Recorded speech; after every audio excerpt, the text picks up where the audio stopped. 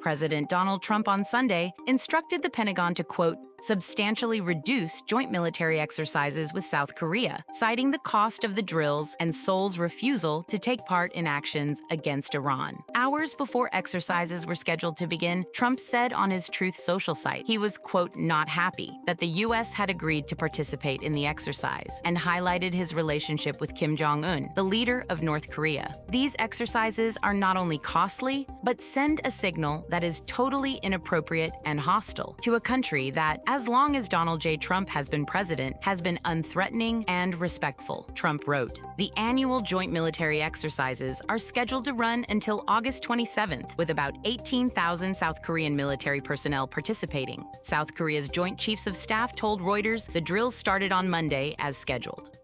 The U.S. Army is issuing a call to ramp up production of ground-launched rockets. The service sent out a request this week for 133,014 guided multiple launch rocket system rockets by 2034, according to the Army's sources sought notice.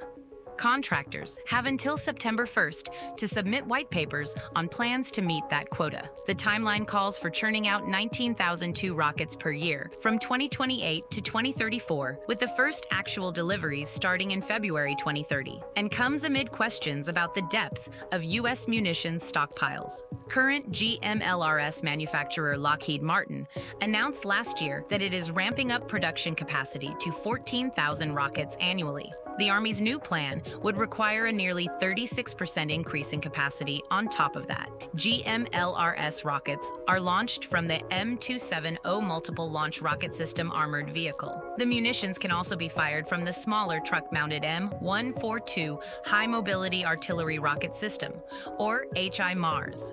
The base version of GMLRS has a range of 70 kilometers, while the extended range version can reach up to 150 kilometers.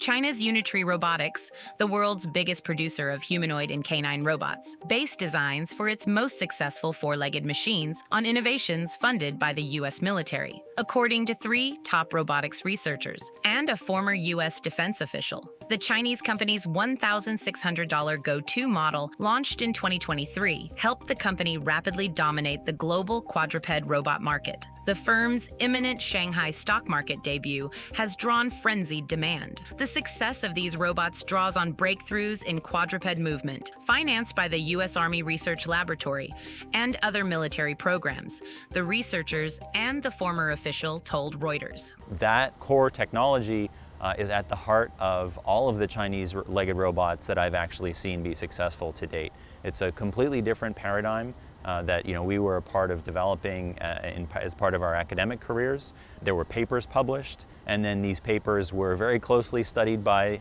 Chinese companies like Unitree, and these principles were put to work and then scaled in an exceptional way using amazing manufacturing and supply chain technology, to where now you see companies like Unitree and other companies in China are shipping way more legged robots than American companies are. I think the biggest factor in China's advantage for developing its robotics industry is its massive industrial base. Its vast ecosystem of manufacturing, factories, and things that provide both kind of demand side support for its robotics industry, as well as cheap access to all the components it needs to manufacture those. And I think the military side of the robotics ecosystem really is kind of riding on the benefits of that much broader commercial ecosystem. And when I look at where the U.S. has fallen behind, I see that loss and hollowing out of the manufacturing sector as being a really big driver of why the kind of corresponding national security applications have fallen behind as well. The episode underscores broader problems with the United States' ability to compete with China's state-directed manufacturing sector in high-tech strategic industries, including those critical to national security. Backed by subsidies, Chinese companies have seized market share across industries such as solar panels, drones, EVs, and quantum communications, many of which were first developed in the U.S. with government or military backing. There's no way we're going to do this completely on our own as the U.S. We need to work closely with our allies. In particular, at Ghost, we work very closely with companies in Korea and Taiwan and Japan, where they have some of this manufacturing and supply chain expertise. So there's absolutely no path forward without them.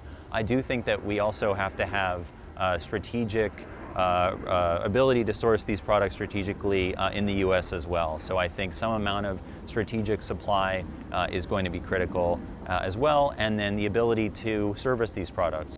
In June, the Pentagon added Unitree to a list of Chinese military companies, calling it a, quote, contributor to the Chinese defense industrial base. That designation falls short of a sanction, but limits the U.S. military's future use of Unitree's technology. The PLA did not respond to a comment request. NATO forces held major exercises in Romania recently, practicing to fend off an invasion on the alliance's eastern flank. Over 1,000 troops from across Europe and led by France took part in the Eagle Spearhead exercises in Transylvania. The forces tested their ability to fight off a large-scale attack on the country, which borders Ukraine. The exercise comes as other nations on NATO's eastern flank warn that Russia could launch a limited attack on the alliance. The Kremlin says warnings of such attacks are unfounded. So this exercise is the main exercise of our rotation. It is called Eagle Spearhead. It is an exercise involving all the battleground, which is approximately 1,300 soldiers from different countries.